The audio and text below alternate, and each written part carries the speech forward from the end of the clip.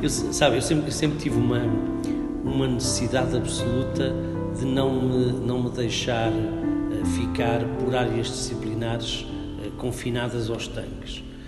Ou seja, para mim o ideal do homem de cultura não é que eu tenha conseguido atingir, muito longe disso, é o homem que se retrata através de várias disciplinas da expressão humana.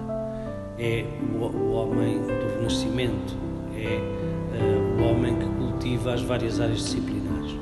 E, portanto, eu fui professor de várias disciplinas, de vários graus de ensino, investigador também desde a história à arte, e não me consigo satisfazer numa única área, porque eu acho que o mundo das expressões é rico no seu todo. E quanto mais parcelares formos, mais o empobrece. Absolutamente, de maneira nenhuma. E sobretudo quando termino uma obra, quando termino um livro, quando termino uma exposição, é que me dou conta das fragilidades. E eu acho que devemos ter sempre presente esta autocrítica. E muitas vezes quando terminamos é quando temos a sensação que devíamos ter começado. Mas isto não quer dizer que nós, nesta busca permanente da perfeição, não quer dizer que nós desanimemos por não a conseguir atingir. Isto é um processo, isto é um caminho, e o processo é tão importante como a obra final.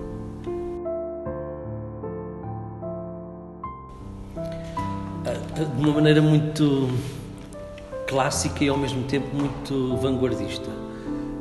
A ideia que tínhamos, tanto eu como o Executivo e o Presidente da Câmara, era que a Guarda, não perdendo os seus referenciais de cultura, conseguisse, de certo modo, ter o ancoradouro em eventos internacionais.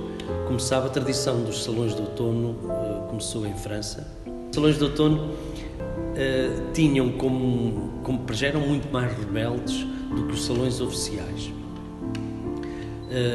Equiparavam-se aos salões de independentes. E depois tinham uma característica única, que é a seguinte: nos meses lumínicos, ou seja, junho, julho, agosto, os escultores e os pintores, sobretudo os pintores, andavam à procura das melhores tonalidades, da melhor luminosidade, e depois, estando normalmente fora do ateliê a trabalhar, eles só regressavam intraportas no outono. E então mostravam no outono aquilo que produziram durante os meses de primavera e verão. Mas tinham um caráter de reverência, não tinham que ser admitidos por um júri, não tinham que estar sujeitos. Não, havia uma irreverência. Nós procurámos no Salão de Outono, primeiro, haver uma correspondência internacional. Paris ainda hoje faz o seu Salão de Outono, Portugal teve o seu Salão de Outono de Lisboa, que depois foi abandonado, mas ainda há alguns salões de outono em Portugal, e a ideia é sempre essa: procurar que a Guarda esteja, de certo modo, estribada em conceitos internacionais, sem perder a sua cultura local.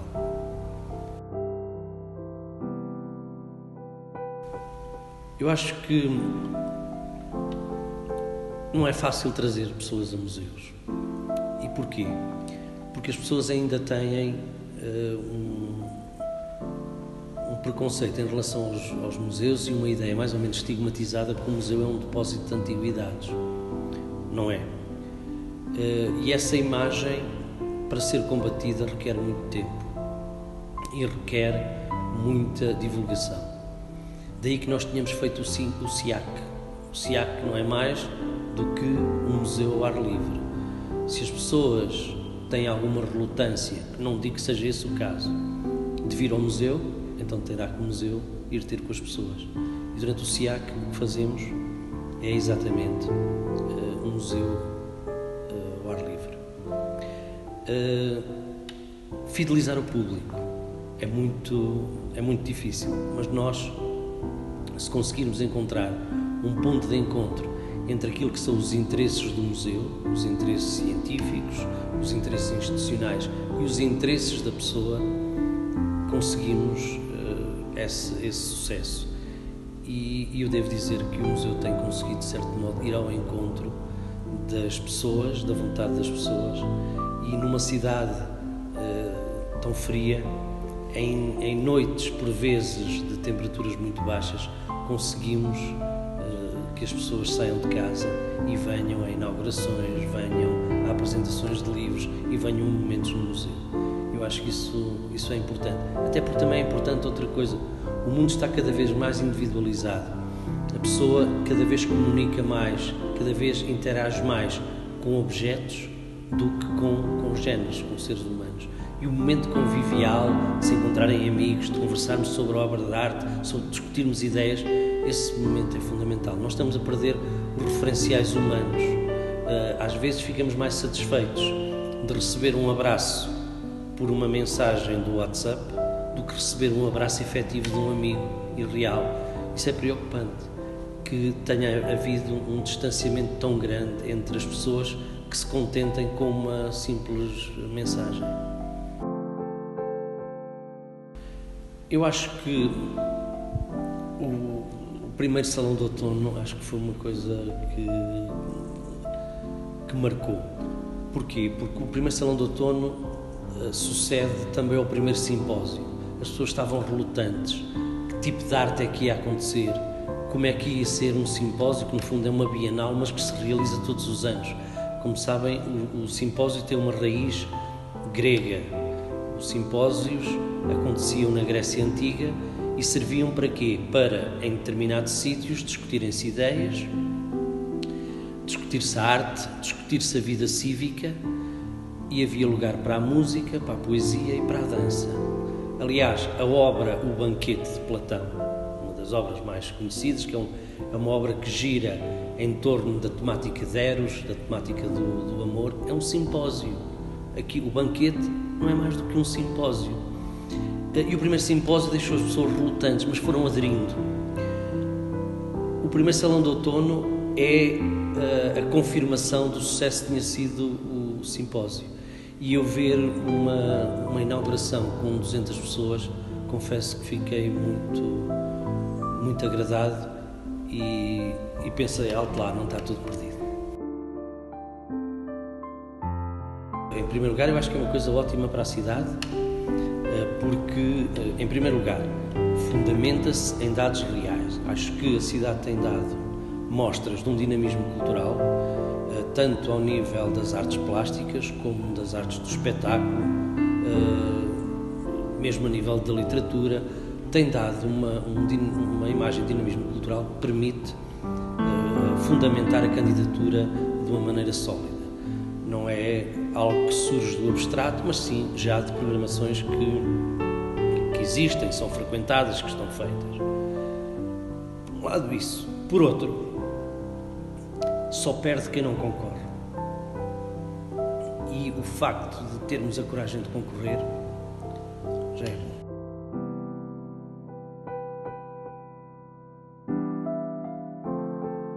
Eu acho que é um pouco isso que está a acontecer, com obviamente salvaguardando as distâncias e sabendo que é uma cidade do interior, mas nós temos ultrapassado essas barreiras e esse estigma que é a interioridade, e temos procurado aliados que alguns estão um pouco mais longe, há outros que estão mais perto, nomeadamente em Espanha, nomeadamente em Salamanca e noutras regiões, e tirar partido da posição privilegiada que a Guarda tem como cidade de fronteira, como cidade que é a porta de entrada dos europeus em Portugal e é ao mesmo tempo a porta de saída dos portugueses para a Europa.